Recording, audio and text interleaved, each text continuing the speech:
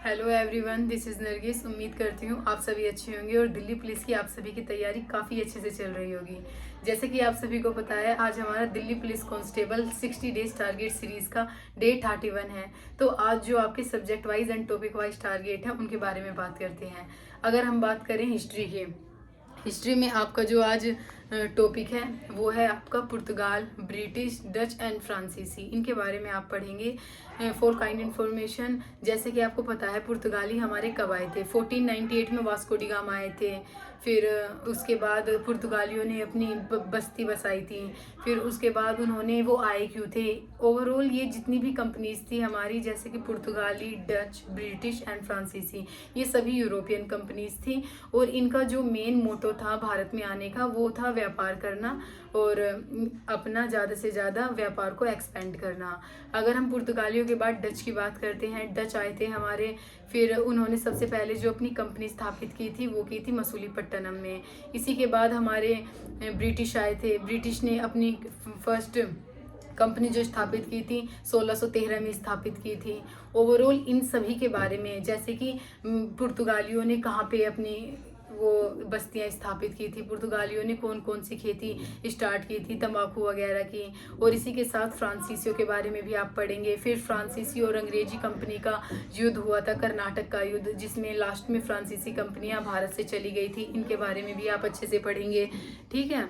तो overall history में आज आप 2 घंटा किस पर फोकस करेंगे? पुर्तगाली, डच, ब्रिटिश और फ्रांसीसी कंपनियों के बारे में। वहीं अगर हम बात करते हैं पॉलिटी में हमारा रिवीजन चल रहा है। ओवरऑल हमने पॉलिटी का सारा सिलेबस कवर कर लिया है। अब तक हमने जो पॉलिटी में पढ़ा है, जैसे कि संविधान का विकास, संविधान सभा, इसी के साथ हमारा DPSP यानी कि directive principle of state policy, नीति निर्देशांक सिद्धांत, मौलिक कर्तव्य, मौलिक अधिकार, न्यायपालिका, राष्ट्रपति, उपराष्ट्रपति, संचित निधि, आकस्मिक निधि और हमारा वो संघ और उसके राज्य क्षेत्र, राज्यपाल, इन सभी के बारे में आज आप रिवीजन करेंगे।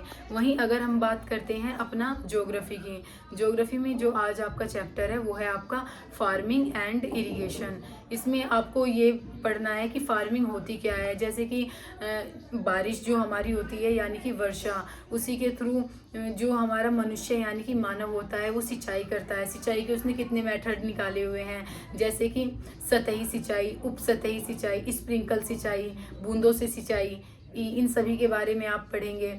और इरिगेशन के बारे में भी आप पढ़ेंगे। तो आज जो आपको ज्योग्राफी में चैप्टर करना है वो है आपका फार्मिंग एंड इरिगेशन।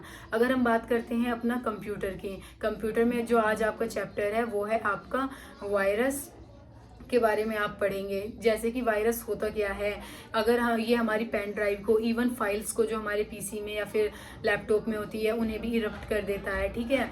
ये वायरस यानी कि मेलवायर होता क्या है, इनके बारे में आप पढ़ेंगे। वायरस हमारे कौन कौन से होते हैं और इनसे हमारे जो कंप्यूटर में फाइल्स होती हैं इन्हें कितना हार्म पहुँचता है और हम एंटीवायरस कौन कौन से यूज़ कर सकते हैं इनसे निपटने के लिए।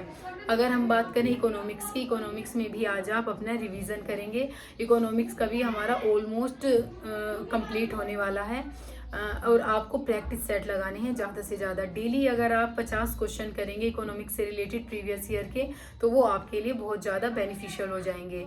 वहीं अगर मैं बात करती हूँ मैथ में जो आज आपका चैप्टर है वो है आपका ट्रेन।